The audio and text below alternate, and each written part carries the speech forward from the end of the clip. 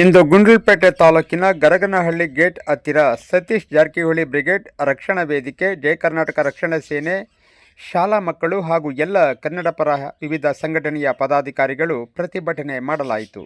ಇವತ್ತು ನಾವು ಗುಂಡ್ಲುಪೇಟೆ ಜನರ ಪಾಲಿನ ಮರಣ ಮೂಲವಾಗಿ ಪರಿಣಮಿಸಿರುವ ಮೈಸೂರು ಗುಂಡ್ಲುಪೇಟೆ ರಾಷ್ಟ್ರೀಯ ಹೆದ್ದಾರಿಯ ಬಗ್ಗೆ ಮಾತನಾಡಬೇಕಾಗಿದೆ. ಕಳೆದ 1 ವರ್ಷದಿಂದ ನಡೆಯುತ್ತಿರುವ ಈ ರಸ್ತೆ ಕಾಮಗಾರಿ ಅಭಿವೃದ್ಧಿಗಿಂತ ಹೆಚ್ಚಾಗಿ ಜನರ ಜೀವವನ್ನೇ ಬಲಿ ತೆಗೆದುಕೊಳ್ಳುತ್ತಿದೆ. ಕೇವಲ 1 ವರ್ಷದಲ್ಲಿ 25ಕ್ಕೂ ಹೆಚ್ಚು ಅಪಘಾತಗಳು ಸಂಭವಿಸಿವೆ ಎಂದರೆ ಇಲ್ಲಿನ ಗುತ್ತಿಗೆದಾರರು ಮತ್ತು ಸಂಬಂಧಪಟ್ಟ ಅಧಿಕಾರಿಗಳು ಎಷ್ಟು ನಿರ್ಲಕ್ಷ್ಯ ವಹಿಸಿದ್ದಾರೆ ಎಂಬುದು ಸಾಬೀತಾಗುತ್ತದೆ. ರಸ್ತೆ ಸಂಪೂರ್ಣ ಹದಗೆಟ್ಟಿದೆ. ಕಾಮಗಾರಿ ಜಾಗದಲ್ಲಿ ಯಾವುದೇ ಮುನ್ನೆಚ್ಚರಿಕೆ ಫಲಕಗಳು ಇಲ್ಲ. ಧೂಳಿನಿಂದ ಶಾಲಾ ಮಕ್ಕಳು ಪರದಾಡುವಂತಾಗಿದೆ. ಕೃಷಿ ಭೂಮಿಯ ಬೆಳೆಗಳು ಕೂಡ ನಾಶ ಆಗ್ತಾ ಇದೆ. ಇದು ಅಭಿವೃದ್ಧಿಯೋ ಅಥವಾ ಅವಿವೇಕವೋ? ಇತ್ತ ಟೋಲ್ ವಸೂಲಿ ಮಾಡಲು ಮಾತ್ರ ಯಾವುದೇ ವಿಳಂಬವಿಲ್ಲ. ಅತ್ತೆ ರಸ್ತೆ ನಿರ್ಮಾಣಕ್ಕೆ ಮಾತ್ರ ಬದ್ಧತೆಯೇ ಇಲ್ಲ. ಇದು ಸಾರ್ವಜನಿಕರ ಹಣಕ್ಕೆ ಮಾಡುತ್ತಿರುವ ಅವಮಾನ ಅಲ್ಲವೇ? ಇದೀಗ ಈ ಕೂಡಲೇ ಎಚ್ಚೆತ್ತುಕೊಳ್ಳಬೇಕಾದ ಅಧೀನ ಕಾರ್ಯದರ್ಶಿಗಳೇ ಗಮನಿಸಿ. ರಸ್ತೆ ಕಾಮಗಾರಿ ಪೂರ್ಣಗೊಳ್ಳುವವರೆಗೂ ಟೋಲ್ ಸಂಗ್ರಹವನ್ನು ತಕ್ಷಣವೇ ನಿಲ್ಲಿಸಿ. ಇಲ್ಲವಾದರೆ ಸಾರ್ವಜನಿಕರ ಆಕ್ರೋಶದ ಕಟ್ಟೆ ಒಡೆಯಲಿದೆ. ಕೂಡಲೇ ಗುತ್ತಿಗೆದಾರರ ಮೇಲೆ ಕಠಿಣ ಕ್ರಮ ಕೈಗೊಳ್ಳಿ. ಇಲ್ಲದಿದ್ದಲ್ಲಿ ಮುಂದಿನ ದಿನದಲ್ಲಿ ಉಗ್ರವಾದ ಹೋರಾಟವನ್ನು ಮಾಡಬೇಕಾಗುತ್ತದೆ ಎಂದು ಅಧಿಕಾರಿಗಳಿಗೆ ಎಚ್ಚರಿಕೆ ನೀಡಿದ್ದಾರೆ.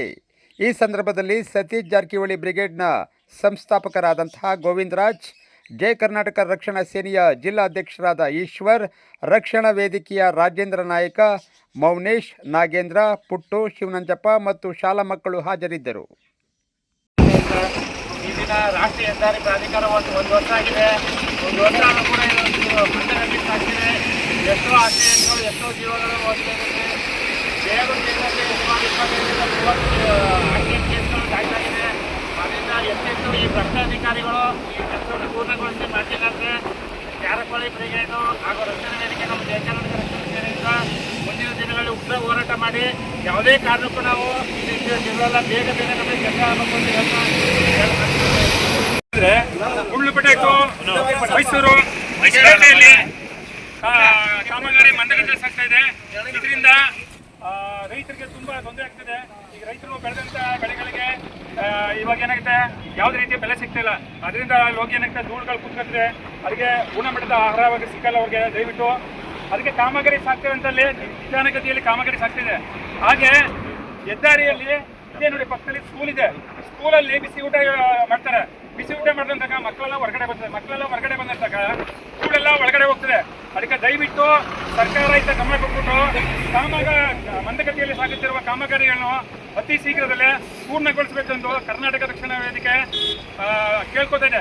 ಇನ್ನು ಮುಂದಿನ ದಿನಗಳಲ್ಲಿ ಇದೇ ರೀತಿ ಮಂದಗತಿಯಲ್ಲಿ ರಸ್ತೆಗಾರಿ ಕಾಮಗಾರಿ ನಡೆದರೆ ಕರ್ನಾಟಕ ರಕ್ಷಣಾ ವೇದಿಕೆ ಹಾಗೂ ಜಾರಕಿಹೊಳಿ ಬ್ರಿಗೇಡ್ ಅವರಿಂದ ಉಗ್ರವಾದ ಹೋರಾಟವನ್ನು ಮಾಡ್ತೀವಿ ಅಂತ ಸರ್ಕಾರ ಗಮನಕ್ಕೆ ತಿಳಿಸ್ತಾ ಇದ್ದೇವೆ. ರಸ್ತೆ ಕಾಮಗಾರಿ ಆರಂಭ ಆದಾಗಿಂದ ಇದೇ ರಸ್ತೆಯಲ್ಲಿ ಓಡಾಡ್ತಾ ಇದ್ದು ಕಣ್ಣು ಕಾಣದೆ ಹಂಗೆ ನಟನೆ ಮಾಡ್ತಿರುವಂಥ ಶಾಸಕರೇ, ಲೋಕಸಭಾ ಚುನಾವಣೆ ಎಲೆಕ್ಷನ್ ಆದ ಗೆದ್ದು ಅವತ್ತಿಂದ ಇವತ್ತವರೆಗೆ ಯಾವುದೇ ಜನಗಳ ಒಂದು ಅಹವಾಲನ್ನ ಸ್ವೀಕರಿಸಬಾರದೇ ಇರೋಂಥ ಸಂಸದರು ಮತ್ತು ಶಾಸಕರು ಹೇಳೋದಾಗಿ ಕೇಳ್ಕೊಂಡು ಅವ್ರ ಕೈಗೊಂಬೆಯಾಗಿ ಭ್ರಷ್ಟ ಅಧಿಕಾರಿಗಳನ್ನ ಪೋಷಿಸ್ತಾ ಈ ನಮ್ಮ ಜಿಲ್ಲೆಯ ಅಭಿವೃದ್ಧಿ ಕಡೆ ಗಮನ ಹರಿಸ್ತಾ ಇರೋಂಥ ಜಿಲ್ಲಾಧಿಕಾರಿಗಳೇ. ಇತ್ತೀಚೆಗೆ ಒಂದು 3-4 ದಿನದ ಹಿಂದೆ ನಾವೆಲ್ಲರೂ ಸ್ನೇಹಿತರೆಲ್ಲ ಸೇರಿ ನಂಜನಗೂಡು ಹೋಗೋಂಥ ಒಂದು ಸಂದರ್ಭದಲ್ಲಿ ಸುಮಾರು ರಾತ್ರಿ 8 ಗಂಟೆ ಇರಬೇಕು ಅಂತ.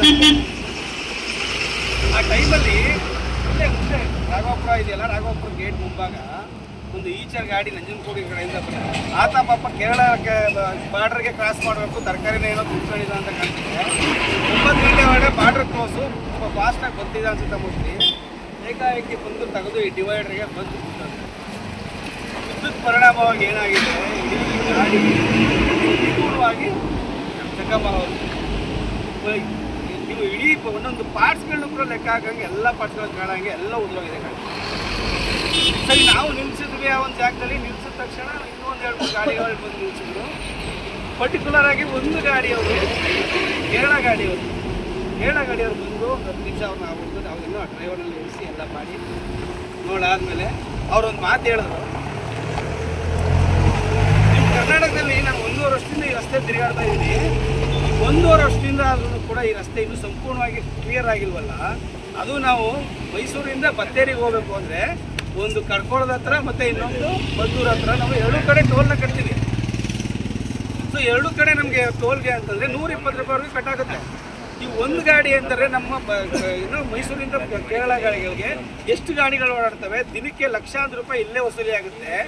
ಆದರೂ ಕೂಡ ಈ ರಸ್ತೆ ಇನ್ನೂ ಕೂಡ ನಿರ್ಮಾಣ ಆಗಿದೆ ಅಥವಾ ಸಂಪೂರ್ಣವಾಗಿ ದುರಸ್ತಿ ಆಗದೆ ಇದೆಯಲ್ಲ. ಇದನ್ನ ನಿಮ್ಮಲ್ಲಿ ಯಾರು ಕರ್ನಾಟಕದಲ್ಲಿ ಪ್ರಶ್ನೆ ಮಾಡೋ ಅಂಥವ್ರು ಶಕ್ತಿ ಯಾರಿಗೂ ಇಲ್ವಾ? ನಿಮ್ಮ ಶಾಸಕರು ಏನು ಮಾಡ್ತಾವ್ರೆ, ನಿಮ್ಮ ಸಂಸದರು ಏನು ಮಾಡ್ತಾವ್ರೆ, ನಿಮ್ಮ ಜಿಲ್ಲಾಧಿಕಾರಿಗಳು ಏನು ಮಾಡ್ತಾವ್ರೆ, ಸಂಬಂಧಪಟ್ಟ ರಾಷ್ಟ್ರೀಯ ಹೆದ್ದಾರಿ ಪ್ರಾಧಿಕಾರಿ ಇಂಜಿನಿಯರ್ಗಳು ಏನು ಮಾಡ್ತಾ ಇದ್ದಾರೆ?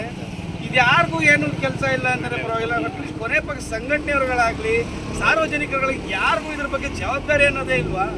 ಎಲ್ಲರಿಗೂ ನಮ್ಗೆ ಯಾಕೆ ಅಂತ ಸುಮ್ಮನೆ ಇದ್ರೆ ಈಗ ನಿಮ್ಮ ರಾಜ್ಯ ಅಭಿವೃದ್ಧಿ ಆಗೋದು ಹಿಂಗೆ?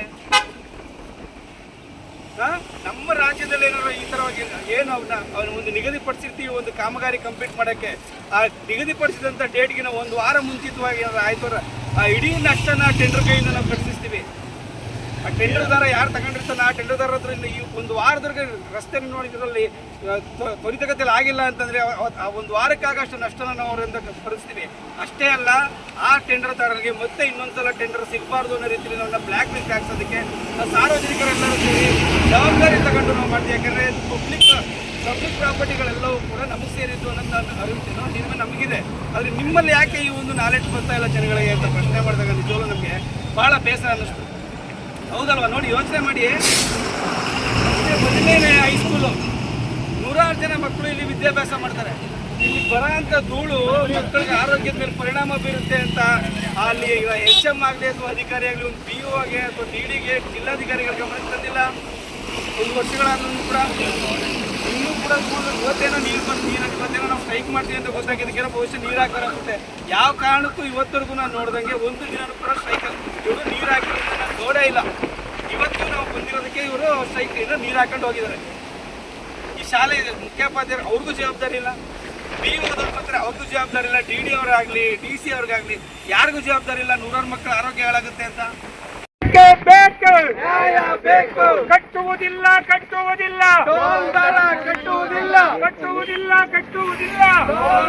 ಕಟ್ಟುವುದಿಲ್ಲ ಮಂದಕಲ್ಲಿ ನಿಧಾನಗತಿಯಲ್ಲಿ ಕಾಮಗಾರಿ ನಡೆಸುವ ಇಂಜಿನಿಯರ್ಗಳಿಗೆ